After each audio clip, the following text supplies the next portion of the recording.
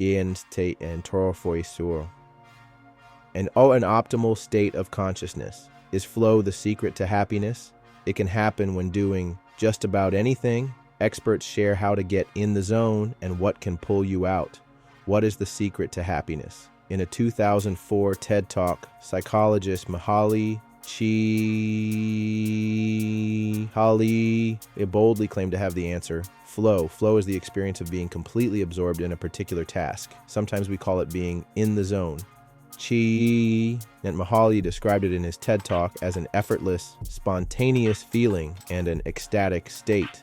Flow is an optimal state of consciousness where we feel our best and we perform our best, says Steven Kotler, an author, journalist, and director of Flow Research Collective, a training and research organization. People can get into a flow state when doing just about anything, he adds. Athletes experience it. So do musicians, writers, accountants, gamers, you name it. Since the concept of flow first entered the mainstream in 1975, when Csikszentmihalyi published his book, Beyond Boredom and Anxiety, Experiencing Flow in Work and Play, it has grown into a huge area of research, and it's good business. Everyone from multinational companies to sports teams wants to figure out how their people can reach an optimal state of consciousness and perform their best. What is flow? Flow is a deep state of focus in which every component of the mind and body work together towards one aim, says Dr. Cameron Norsworthy, scientist, athlete, principal at the Flow Center, a training and coaching organization, and author of the upcoming book, How to Find Flow. In Beyond Boredom and Anxiety, Csikszentmihalyi talked to rock climbers, chess players, musicians, and others who claimed to have experienced this state of total, blissful focus.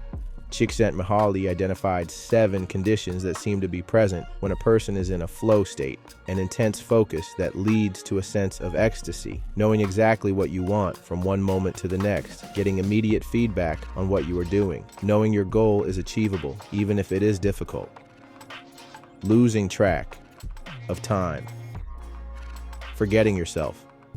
You are so focused on your task that any self-consciousness disappears. Feeling part of something bigger than yourself. People can experience flow doing lots of things, but not everyone can experience flow doing the same things. I'm not a physicist, so if I were to sit down to a bunch of equations that are commonplace to a physicist, they would be too difficult for me, and it would not be a flow-inducing task, explains Dr. Richard Huskey, an associate professor in the Department of Communication and Cognitive Science program at the University of California, Davis. What are the benefits of flow? Csikszentmihalyi called flow the secret to happiness. But why does it feel so good? For flow to occur, says Norsworthy, there needs to be an inner harmony that allows one to focus completely. Often one's thinking brain becomes less central in a flow state, meaning that our inner critics and usual well-worn mental narratives tend to disappear. This leaves us feeling liberated and less bogged down by life's stressors, Norsworthy says. Flow has also been associated with several signs of human flourishing, says Huskey. This includes increased productivity, improved performance, increased creativity, and long-term well-being and resilience. Research has also shown that flow can protect against depression, anxiety, and neuroticism, Kotler notes. In short, the benefit of flow is that it is associated with other beneficial states. But according to Huskey, the scientific community is still not entirely sure which mental and physical mechanisms are behind this state. We're just now beginning to do the experimental work that moves us beyond correlation and into causation, he says. How do you get into flow? There is no on-off switch for flow. It would be impossible to hack flow on demand, says Norsworthy. But we can increase our chances to experience it, he adds. The key to entering a flow state is correctly balancing the difficulty of a task with one's skill level. Different combinations of challenge and skill lead to different psychological states, says Huskey. A task with a low degree of difficulty that doesn't require much skill, say washing the dishes, might result in apathy. A task with a high degree of difficulty, where one doesn't have The required skill level, Huskey's physics equations, for example, may lead to anxiety. But if a task is difficult and we have the high-level skill set necessary to accomplish it, we should be more likely to experience flow, says Huskey. This also means that while you may not experience a flow state when you first start practicing a new skill, such as running or doing calculus, as you become more adept, you become more likely to get in the zone. Huskey points to his own yoga practice. When I first got started, it was definitely not a flow experience, he says. But over time, as he familiarized himself with the poses and breathing techniques, he began to access a flow state. People can also experience flow in groups, like sports teams.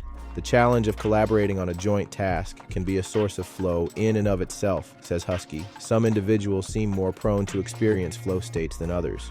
Research has shown those with an autotelic personality, meaning the tendency to engage in an activity for its own sake rather than for any possible reward, are more likely than others to experience flow.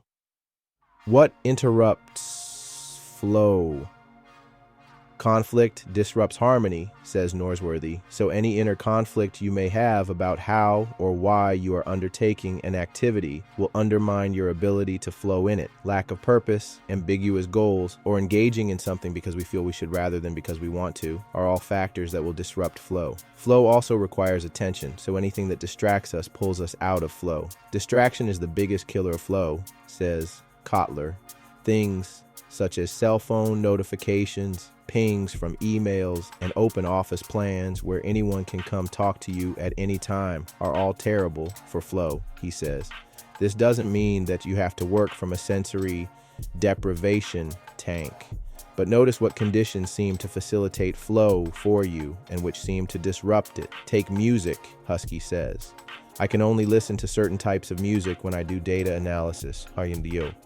If I'm listening to my absolutely favorite song and I love the lyrics and I can't help but sing along, my attention gets drawn onto the music but not the task. This is why I spend most of my day hooked up to brown noise. But maybe rainfall or industrial fan sounds are more your thing. They're all blandly inoffensive, distraction-free, and extremely hard to sing along to.